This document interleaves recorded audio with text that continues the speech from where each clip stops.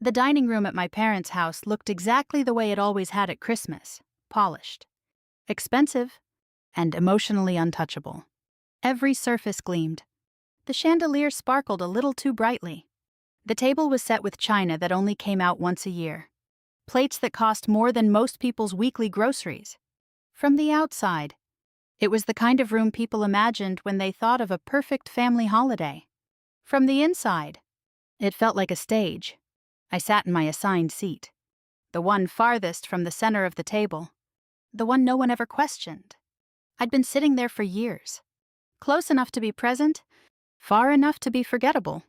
I watched my family go through the familiar motions, laughing at the right moments, passing dishes, complimenting the food as if any of it had been made with love instead of obligation. Christmas was supposed to be warm. It was supposed to feel like belonging. But every year, it felt more like a performance I'd never been cast in.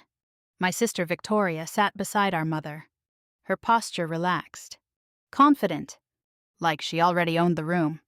Her hair was perfect. Her smile came easily. She looked exactly like someone who knew she was exactly where she was meant to be. Victoria had always had that certainty. 37 years old. Successful. Still close to home. She was everything my parents liked to point to when they talked about doing things the right way. I took a sip of water and let my eyes drift around the table. No one was looking at me. No one ever really did. And that was fine. I had learned, a long time ago, that attention in this family usually came with a price. Still, something in the air felt different that night. Tighter, like a held breath. The kind of quiet that comes before someone says something they've been rehearsing. I'd felt it the moment I walked in the door. Victoria cut into her food with deliberate precision. The soft scrape of her knife against the plate somehow louder than it should have been. She glanced at our mother, then back at the rest of us, her smile widening just slightly. Not warmth. Satisfaction. That was when I knew. I didn't know what she was about to say. Not exactly. But I knew it was meant to land on me. I knew, because moments like that always were.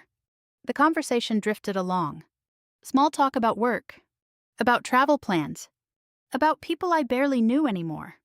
I nodded when it was expected, smiled when someone looked my way, and kept my answers short. I had learned that too, never give them more than they asked for. Anything extra could be used against you later. As the plates were passed and glasses refilled, I felt that familiar sensation settle in my chest. Not anxiety, not fear, readiness. I wasn't nervous. I was tired. Tired of bracing myself. Tired of pretending I didn't notice the way decisions were always made without me. The way my absence was discussed like a flaw instead of a choice. I had come back for Christmas because part of me still hoped, quietly, stupidly, that maybe this year would be different. That maybe I would feel like a daughter instead of a guest. Victoria cleared her throat. It wasn't loud. She didn't need it to be. The room naturally shifted toward her, attention bending in her direction the way it always did. I watched my mother lean in just slightly, already prepared to listen. I meant to mention this earlier, Victoria said, her tone light, almost casual, but it seems like the right time. I kept eating. Out of the corner of my eye, I saw her glance at me, just long enough to make sure I was listening. The thing about growing up in a family like mine is that you learn to recognize these moments before they fully arrive. You feel them gathering. You know when someone is about to define you out loud, to reduce your entire life to a sentence that makes sense to them. I had spent years trying to explain myself. Why I left? Why I didn't come back? Why I chose a different life? And every time, the explanation was met with polite nods and quiet disappointment. Like I'd failed a test no one had ever bothered to explain. So this time, I didn't explain anything. I stayed silent. I stayed still. I let her talk. Because somewhere between the drive back to this house and the moment I sat down at that table, I realized something had changed. I didn't need their understanding anymore. I didn't need their approval. And for the first time, I didn't feel like I was the one on trial. I didn't know yet that by the end of that dinner, the balance of the room would shift completely. I just knew that whatever was coming, I wasn't going to stop it. Victoria didn't raise her voice when she finally spoke. She didn't need to. The room leaned toward her naturally, like it always did, as if everyone already understood that whatever she was about to say mattered more than anything else. I met with Mom's attorney last week, she said, cutting into her food and then setting her knife down carefully, just to make sure everything was finalized. My mother nodded beside her, her expression pleasant, composed, prepared. I kept my eyes on my plate. There it was. The thing I'd felt building all evening. The quiet pressure behind the small talk. The reason Victoria had been smiling like she already knew the ending to a story the rest of us hadn't heard yet. Finalized? Someone asked from across the table. Victoria smiled. The will. The word landed cleanly. Without drama. She let it sit there for a moment, giving it space to do its work. We wanted to make sure everything was clear, she continued. No confusion later. No misunderstandings. My mother reached for her wine glass and took a small sip, still smiling. Not once did she look at me. Victoria began listing things the way someone reads off items they already own. The house. The business. The properties. She spoke with the ease of someone describing furniture placement, not futures being divided. I took another bite of food. It tasted like nothing. As the eldest, Victoria said, and the one who stayed close, it just made sense. Continuity matters. Responsibility matters. A few people nodded. Quiet approval. No one questioned her framing. Then she turned her head slightly in my direction. Sarah, she said, her voice softening just enough to sound kind. I know this might be awkward for you, but you're not named in the will. The room went still, not shocked, just attentive. I paused mid-bite, then calmly set my fork down. I looked at her and nodded once. Okay. The word felt small, but it was honest. Victoria blinked. She clearly hadn't expected that. That's all, she asked, a faint edge creeping into her tone. You're not surprised. I shrugged. Should I be? My mother finally looked at me then, her eyes assessing rather than concerned. You have to understand, she said. Carefully. You chose a different path. You moved away. You're not really involved in the family anymore. The sentence was delivered gently, as if it were a fact of nature rather than a decision. I understand, I said. And I did. I understood more than they realized. Victoria leaned back in her chair, watching me closely now. We just thought you'd want to know. Transparency matters. What she meant was, don't pretend you weren't told. I picked up my glass and took a sip of water, buying myself a second to breathe. Not because I was upset, because I was aware of how carefully this moment had been constructed. They were waiting for something. Anger, tears, an argument, some visible proof that I'd been hurt enough to justify what they'd done. I gave them nothing. The silence stretched. Someone cleared their throat. My mother shifted slightly in her chair. You're taking this remarkably well, she said. I thought you'd have more questions. Like what?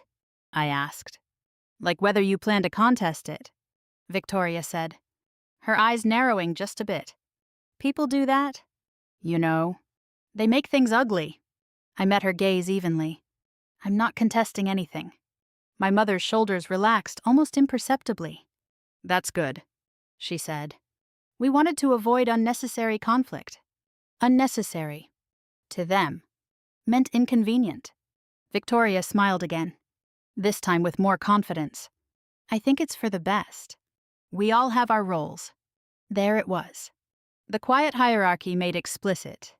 I thought about all the times I'd tried to explain myself. All the holidays I'd driven home hoping to feel included. All the conversations that ended with the same polite disappointment. Somewhere along the way, I'd stopped expecting fairness. But hearing it stated so plainly still stung. Not enough to react. Just enough to remember. I continued eating. Slowly. Deliberately. I could feel Victoria watching me, trying to provoke something. When nothing came, her patience began to thin. Well, she pressed. Don't you have anything to say? I looked around the table. Every face was turned toward me now. Curious. Evaluating. I think you've said enough, I replied. For a moment, no one spoke. The air felt heavier, charged in a way it hadn't been before. My mother glanced at Victoria, then back at me. Her expression shifted. Thoughtful, calculating. She tilted her head slightly. So, she said, her tone casual, as if we were changing the subject entirely. Where are you living these days? Sarah. The question sounded harmless. Polite, almost kind. But I knew better. I felt every pair of eyes on me again, waiting to see how I'd answer, waiting to place me back into the story they'd already written. I set my fork down. And this time, I didn't reach for my glass. I looked at my mother, then at my sister, and realized something quietly, unmistakably true. They thought this conversation was over. They had no idea it was just beginning. The question hung in the air longer than it should have.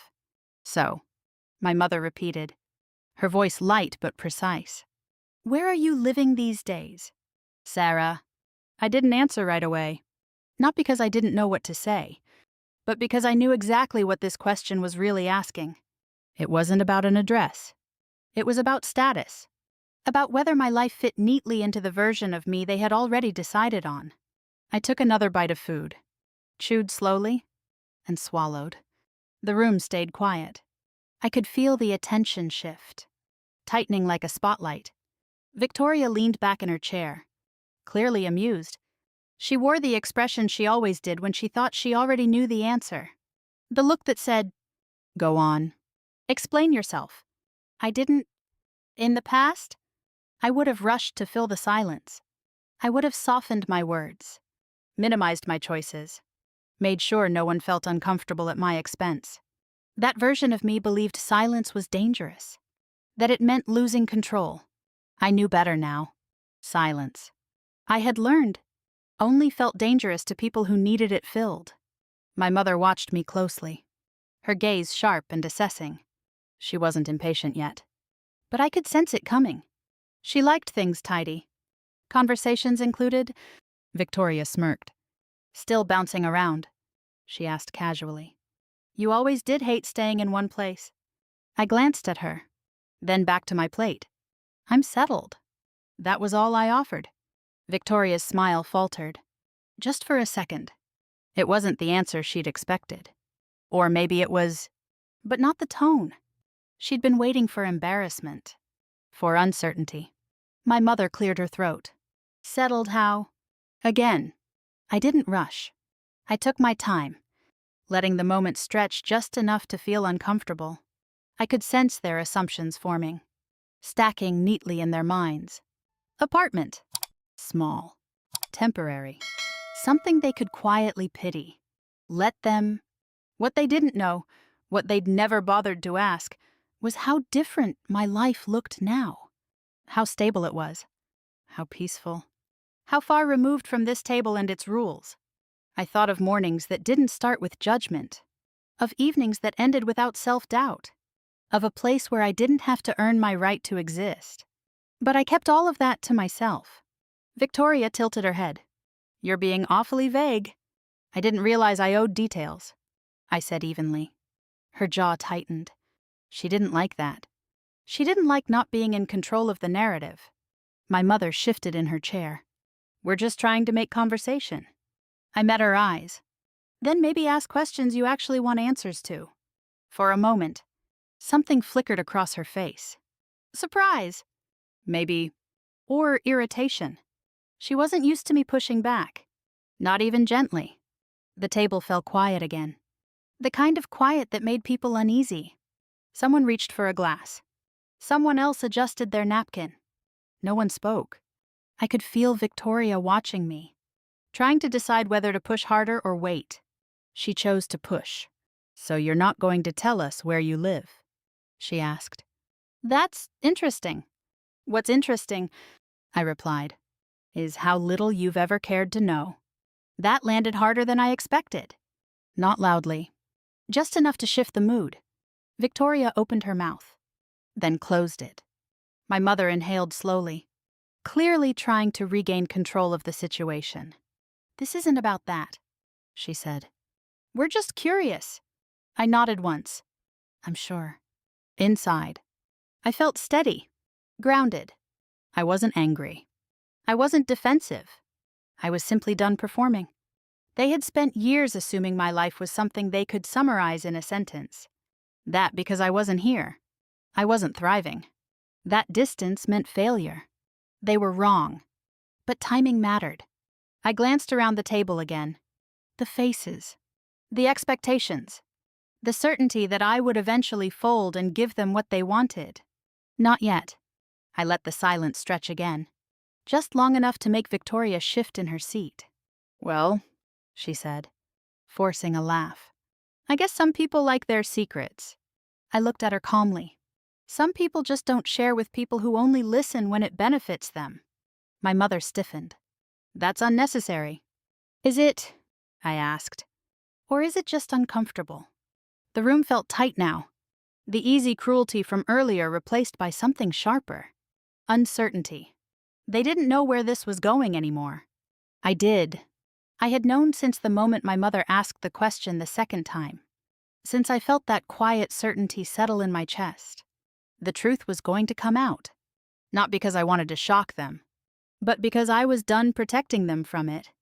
I looked down at my plate, then back up at my mother. She met my gaze, and for the first time that night, there was something else there.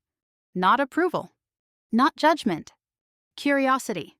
"Sarah," she said again, more firmly now, "where are you living?" There it was, asked directly. No escape, no pretending it was casual. I set my fork down carefully. The soft clink against the plate sounded louder than it should have. Victoria leaned forward, sensing something was about to happen. The room seemed to lean with her. I felt calm, completely calm. I had spent years imagining what this moment might feel like, how it would hurt, how it would explode. Instead, it felt quiet, certain. I looked at my mother, then at my sister, and I decided that if I was going to speak, I was going to speak plainly. No explanations, no apologies, just the truth. I opened my mouth, and the room held its breath. I didn't raise my voice when I answered. I didn't need to. "I live in Grandma's house," I said, "the one she signed over to me." For a split second, nothing happened. The words seemed to hover in the air, weightless, as if the room hadn't decided whether to accept them yet. Then my mother's spoon slipped from her hand. It hit the plate with a sharp clatter, the sound cutting through the silence like a crack in glass. No one moved. No one spoke. Even the faint hum of the house seemed to disappear, as if everything had frozen in place around that one small, unmistakable noise. Victoria stared at me, her mouth slightly open. The confidence she'd worn all evening drained from her face, replaced by something raw and unguarded. "That's not funny," she said finally. I didn't smile. "I'm not joking." My mother's hand hovered over the table. Fingers curled as if she hadn't quite registered what had just happened. "Sarah," she said slowly, carefully, "what are you talking about?" I met her gaze. "I'm talking about the house Grandma lived in, the one she owned outright. She signed it over to me." "That's impossible," Victoria snapped. "She would have told us." "She did," I replied. "You just didn't listen." Victoria shook her head, already pushing back her chair slightly. As if preparing to argue from a position of authority, she suddenly felt slipping. "That house is worth a fortune. You expect us to believe she just gave it to you?" "I don't expect you to believe anything," I said. "I'm telling you what happened." My mother finally picked up her spoon, then set it down again, her movements stiff. Why would she do that without discussing it with us? I took a breath, steady and controlled, because it was her decision. The room felt different now. Not hostile, not smug, unbalanced. Victoria laughed, sharp and humorless. "No, that doesn't make sense. You live far away. You weren't even around that much." I looked at her, really looked at her. and saw something I'd never noticed before. Fear. Not for me. For herself. I was around, I said quietly. You just weren't. My mother's eyes flicked between us. This sounds like a misunderstanding, she said, trying to reclaim control. Your grandmother was older. Things like this need oversight. She had it. I replied. Victoria leaned forward now, her composure cracking. So what? You just convinced her to give you everything. There it is, I said softly. My mother didn't stop her. She didn't correct her. She watched me instead, waiting to see how I would respond. I didn't convince her of anything, I said. I didn't ask for the house. I didn't bring it up. She did. Victoria scoffed. Of course you'd say that. I'm saying it because it's true. Silence fell again. Heavier this time. The kind of silence that comes when people realize they've lost the upper hand but don't yet know how to get it back. My mother finally spoke. When did this happen? Last year? I answered. Months before she passed? Victoria's face flushed. And you just kept that to yourself? I wasn't hiding it. I said, no one asked. That's not fair. Victoria shot back. You knew how this would look. I nodded once. I did. The truth was, I had known this moment would come eventually, that the house would surface, that questions would be asked. I had just never expected it to happen like this. At a Christmas dinner, surrounded by people who thought they already knew everything about me. My mother pressed her lips together. This changes things. It shouldn't, I said. It doesn't change who showed up. It doesn't change who didn't. Victoria stood abruptly, her chair scraping against the floor. You manipulated her, she said. Louder now. You isolated her and made her dependent on you. The accusation hung there, sharp and ugly. I felt the eyes of the table shift back to me, waiting to see if I would finally break. Cry. Shout. Defend myself desperately. I didn't. I loved her, I said simply. Victoria laughed again, but this time there was panic in it. That's convenient. My mother raised a hand slightly. Not to stop her, but not to defend me either. The gesture spoke volumes. I called her. I continued, my voice steady. I listened. I showed up when she needed someone. That's not manipulation. That's family. That doesn't mean she gives you the house, Victoria said. It meant something to her, I replied, and she had the right to decide what to do with what was hers. My mother exhaled slowly, as if trying to process the implications. Why didn't you tell us? I met her eyes. Because every time I tried to tell you anything about my life, you'd already decided what it meant. The room stayed silent. No one argued that. Victoria's hands were shaking now, her confidence completely gone. This isn't over, she said. We'll look into it. I nodded. You can. For the first time all evening, I felt the balance tip fully in my favor. Not because I had shocked them. Not because I had won. But because they no longer knew what to do with me. My mother sat back slowly, her face unreadable. The spoon lay untouched on the plate between us. A small, ridiculous symbol of how quickly control could slip through someone's fingers. And as the room sat frozen in the aftermath of my answer, I realized something else too. The truth was out now, and whatever came next, there was no going back. You manipulated her. Victoria's voice cut through the room, sharp and sudden, as if saying it louder might make it truer. The accusation landed hard, no longer wrapped in politeness or pretense. This wasn't curiosity anymore. This was panic. My mother didn't interrupt her. She didn't tell her to lower her voice or choose her words carefully.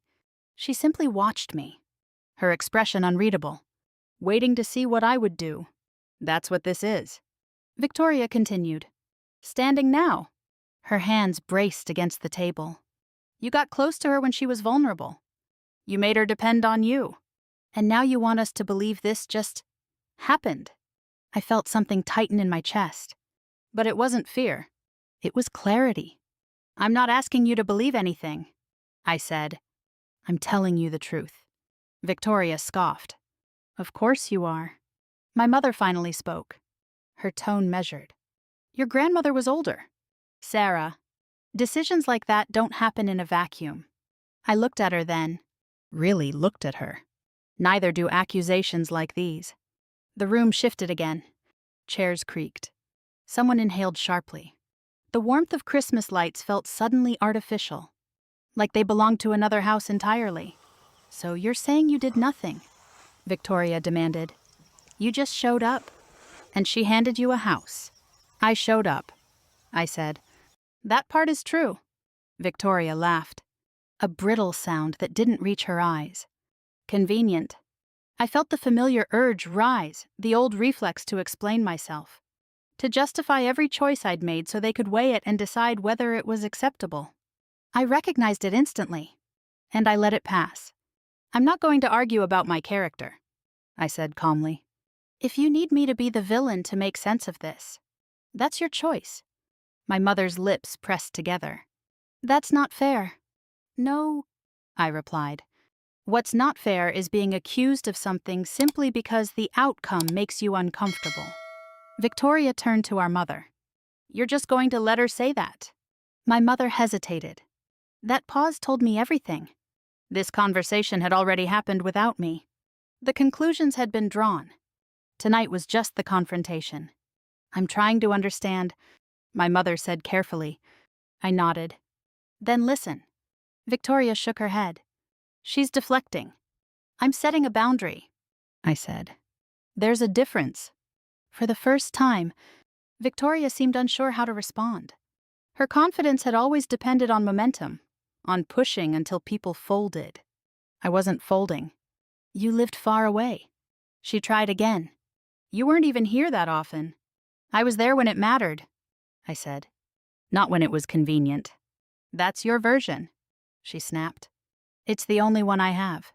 The silence that followed was thick, uncomfortable. I could feel the weight of what wasn't being said pressing in from all sides. This wasn't just about the house. It was about everything they'd assumed would eventually come to them simply because they believed it should. I saw it then. Clearly, this wasn't outrage. It was loss. Victoria's eyes darted toward my mother, searching for reinforcement. This affects us, she said. You know that, right? I did. I understood more than she realized. I know, I said quietly. My mother straightened in her chair, reclaiming her role. We need to slow down, she said. This is emotional. We shouldn't jump to conclusions. But she didn't deny the accusation. She didn't say it was wrong. That told me exactly where I stood. I'm not asking you to accept it tonight, I said. I'm asking you to stop rewriting reality to protect yourselves. Victoria's face flushed. You think this is about protection? I think it's about control, I replied. Her mouth opened, then closed again. The word had landed. This isn't how family works, my mother said. I met her gaze. Family isn't supposed to work like a courtroom either. Another silence, heavier than before. I could feel the room waiting for me to crack, to spill details, to defend myself piece by piece until there was nothing left but exhaustion. I understood the trap now. If I over-explained, they'd pick apart every word. If I stayed quiet, they'd accuse me of hiding something. So I did neither. I'm not going to keep having this conversation, I said. You can believe whatever helps you sleep, but I won't stand here and let you turn love into an accusation. Victoria slammed her hand on the table. Love doesn't sign over property. Neither does entitlement, I said. My mother inhaled sharply. Enough. But it was already too late. The damage was done. I felt a strange calm settle over me. The kind that comes when you finally stop hoping for a different outcome. I wasn't here to convince them. I wasn't here to win them over. I was here to tell the truth once. That was it. My mother looked at me then, her voice quieter. Why would she choose you? Sarah. The question wasn't accusatory this time. It was something else. Uncertainty. Maybe even fear. The room leaned in again. Waiting. I realized, in that moment, That this was the real question. Not how, not when, why? I took a breath. Slow and steady. I thought of my grandmother's voice. Her laugh. The way she used to say my name like it mattered. I can tell you, I said. But you're not going to like the answer. Victoria crossed her arms. Jaw tight. Try us. I looked at them both. Really looked. And felt something inside me shift. This wasn't about proving myself anymore. This was about telling the truth out loud. For the first time. Without shrinking it to make them comfortable. And I knew, as clearly as I'd ever known anything, that once I did, nothing in this family would ever be the same again. I didn't answer right away. Not because I didn't have an answer, but because once I said it out loud, there would be no going back. No softening it later. No pretending this was just another uncomfortable holiday conversation that could be smoothed over with time and distance. My mother had asked the question quietly, almost carefully. Why would she choose you? The room felt different now. The sharpness had dulled. The anger had burned itself out. What remained was something heavier. Uncertainty. The kind that comes when the story you've told yourself for years no longer holds. I set my hands flat on the table. Grounding myself. You want to know why? I said finally. Because I was the one who was there. Victoria scoffed. But it sounded weak this time. I didn't look at her. I kept my eyes on my mother. I didn't swoop in at the end. I continued. I didn't show up when it was convenient or when there was something to gain. I showed up when no one else did. That's not true, Victoria said quickly. We visited her. You visited? I agreed. I stayed. The words settled into the space between us. I wasn't listing dates or keeping score. I didn't need to. The truth didn't require a timeline to be devastating. I called her every week, I said. Sometimes more than once. Not to check on anything important. Just to ask how her day was. To listen to the same stories she'd told 100 times and laugh like it was the first. My mother's face tightened slightly. She said nothing. When she got sick, I went on. I was the one she called. When she was scared. When she didn't want to bother anyone. When she felt like she was becoming invisible. Victoria shifted in her chair. That doesn't mean... It meant something to her, I said, my voice steady. Even if it doesn't mean anything to you. The room was quiet again. Not the tense, performative silence from earlier. This one felt exposed. She used to tell me she felt like everyone loved the idea of her, I said. Her house, her history, what she represented. But not many people loved her. My mother inhaled sharply, then exhaled. I could see the discomfort settling in. The slow realization that this wasn't a story she could interrupt or redirect. I never talked to her about money, I said. I never asked her about her will. I never hinted. I didn't need to. Victoria shook her head. You're making it sound like we didn't care. I finally looked at her. I'm saying you cared differently. That landed. I cared enough to stay on the phone when she cried about feeling forgotten. I continued. I cared enough to sit with her when she was tired. Even when there was nothing interesting to say. I cared enough to be consistent. My voice didn't rise. I didn't accuse. I didn't point fingers. I didn't have to. She told me once. I said. That love isn't proven by big gestures. It's proven by who shows up when there's no audience. My mother looked down at the table, her fingers curling slightly around her napkin. Did she ever tell you? I asked gently. How many times she waited for calls that never came? Victoria's mouth opened, then closed again. I'm not saying this to hurt you, I added. I'm saying it because you asked why. The silence stretched, heavy and unyielding. No one rushed to fill it. She didn't choose me because she was angry, I said. She chose me because she was clear. Clear about who made her feel seen. Clear about who treated her like she mattered. Victoria's voice was quieter now. So you're saying we deserved it? I shook my head. I'm saying this wasn't about deserving. It was about choice. My mother finally looked up. Her eyes were glossy. Not with tears, but with something close to regret. She wanted me to have a place where I didn't have to earn my right to exist. I said. A place where I didn't have to explain myself or justify my choices. I paused, then added, she knew what this would cause. She wasn't naive. She made sure everything was done properly because she didn't want me dragged through this. Victoria let out a shaky laugh. So we're the villains now. I didn't say that. I replied. You did. Another silence fell. But this one felt final. The kind that comes after something irreversible has been said. I realized then that I wasn't waiting for their understanding anymore. I had said what needed to be said. Out loud? Clearly. Without shrinking it. The weight I'd carried for years began to lift. Just slightly. My mother spoke at last. Her voice subdued. So what happens now? I looked around the table one more time. At the faces that had shaped me. At the expectations I'd spent a lifetime trying to meet. I go home, I said simply. And for the first time that night, I meant it in every possible way. No one spoke right away. The words hung in the air, heavy and unmoving, like the room itself was waiting to see who would break first. I stayed seated, my hands resting loosely in my lap, feeling an unfamiliar calm settle over me. The hardest part was already over. I had said what needed to be said. Whatever came next was no longer mine to manage. My mother was the first to move. She straightened in her chair, smoothing the front of her sweater the way she always did when she was about to regain control of a situation. Well, she said, forcing a small, careful smile. This has all gotten very emotional. It's Christmas. We don't need to make permanent decisions tonight. There it was. The attempt to reset, to smooth over what couldn't be smoothed. Victoria seized on it immediately. Exactly.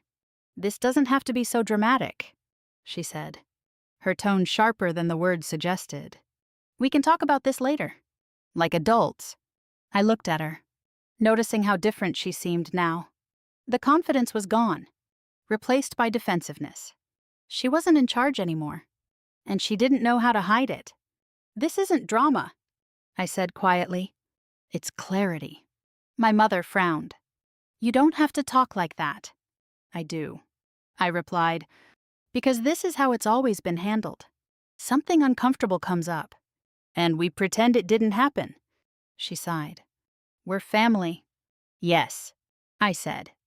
And this is what that's looked like for me. Victoria crossed her arms, her jaw tight. So what? You're just done. You say your piece and walk away. I'm not walking away, I said. I'm stepping out of a role I was never meant to play. My mother's eyes flickered, irritation slipping through. You're making it sound like we've done something wrong. I held her gaze. You have. The room went quiet again. Not shocked this time. Just resigned. I'm not here to fight about the will. I continued. I'm not contesting anything. I'm not asking for anything. I don't want your house or your business or your approval. Victoria scoffed. That's easy to say now. It was always easy. I replied. You just never listened. My mother leaned back slightly, studying me. Then what do you want? The question surprised me with how sincere it sounded. Not warm, but real. I want to stop being measured, I said. I want to stop being evaluated every time I walk into this house.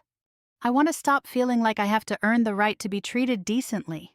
Victoria opened her mouth, then closed it again. For once, she didn't have a ready response. I didn't come here tonight to make a point. I went on.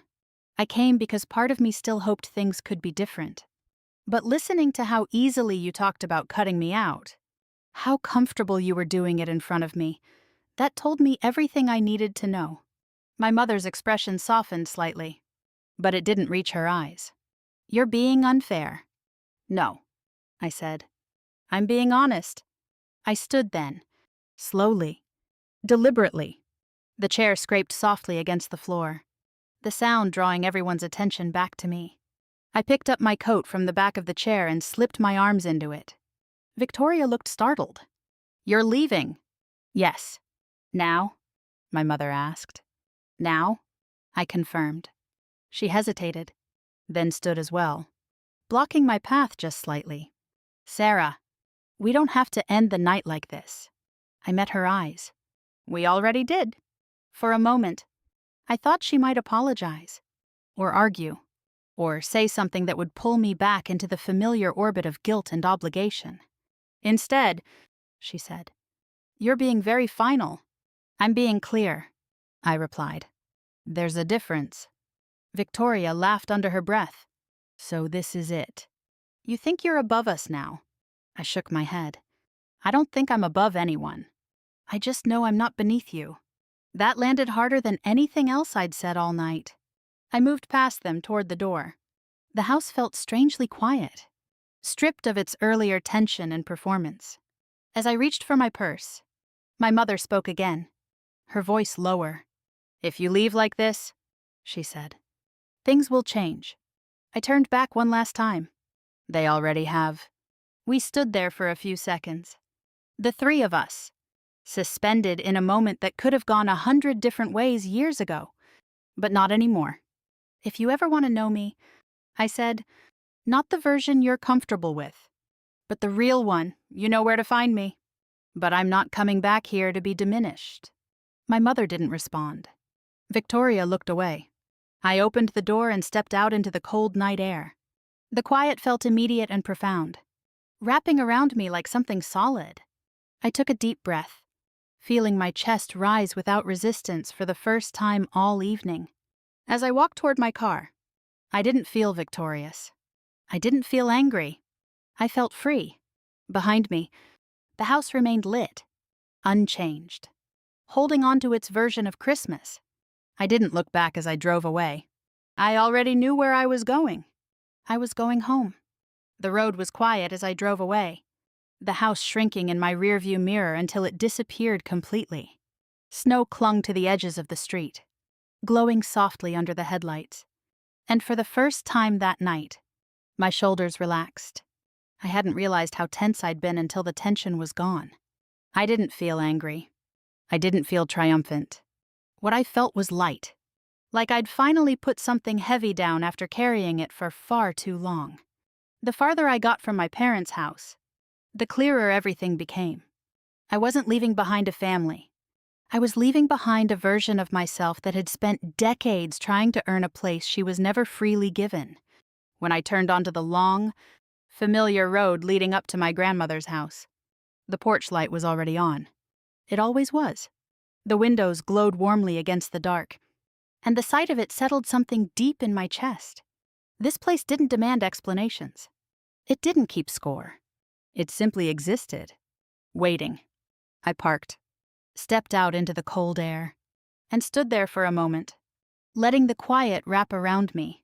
No voices, no judgments, just the soft crunch of snow beneath my boots and the low hum of the wind through the trees. Inside, the house felt exactly as I'd left it. Calm, lived in, real. I hung up my coat, kicked off my shoes, and made myself a cup of tea, the familiar routine grounding me. I carried the mug into the living room and sat down, letting the silence settle. My grandmother used to say that a home should feel like a place where you can finally exhale. Sitting there, I understood exactly what she meant. She hadn't given me this house as a reward. She'd given it to me as a refuge. A place where I didn't have to perform or prove or shrink myself to fit someone else's expectations. A place where I could simply be. I thought about her then, about the way she used to smile when she talked about this house, about how proud she'd been to build a life on her own terms. She had known, long before I did, that love wasn't something you inherited by default. It was something you practiced, something you showed up for. What she left me wasn't just a house. It was permission. Permission to stop chasing approval. Permission to stop explaining myself. Permission to choose peace over proximity. I also thought about my family, not with bitterness, but with clarity. They weren't villains. They were people who confused control with care, tradition with love. Understanding that didn't mean I had to keep subjecting myself to it. Some doors don't need to be slammed. They just need to be closed. I wrapped my hands around the warm mug and felt a quiet certainty settle in. This was my life now. Not the one they'd imagined for me. Not the one they'd measured me against. But the one I'd built and chosen for myself. And for the first time, that felt like enough. If you've ever been the quiet one at the table, the one expected to nod along while decisions were made without you, I see you. If you've ever been made to feel like love had to be earned or justified, you're not alone. Sometimes the most powerful thing you can do isn't to argue or prove anything at all, but to step away and choose yourself. If this story resonated with you, I'd love to hear your thoughts. Have you ever had to set boundaries with family? Or redefine what home means to you? Share your experience in the comments. Reading them reminds me that these stories don't end in isolation, but in connection. And if you want to hear more real-life stories about family, boundaries, and finding your own sense of worth, you're always welcome to stay here. Subscribe, come back, and sit with us for a while. I took one last sip of my tea and looked around the room, at the quiet corners and familiar walls, feeling something I hadn't felt in a long time. I was home. This story is fictionalized for dramatic effect,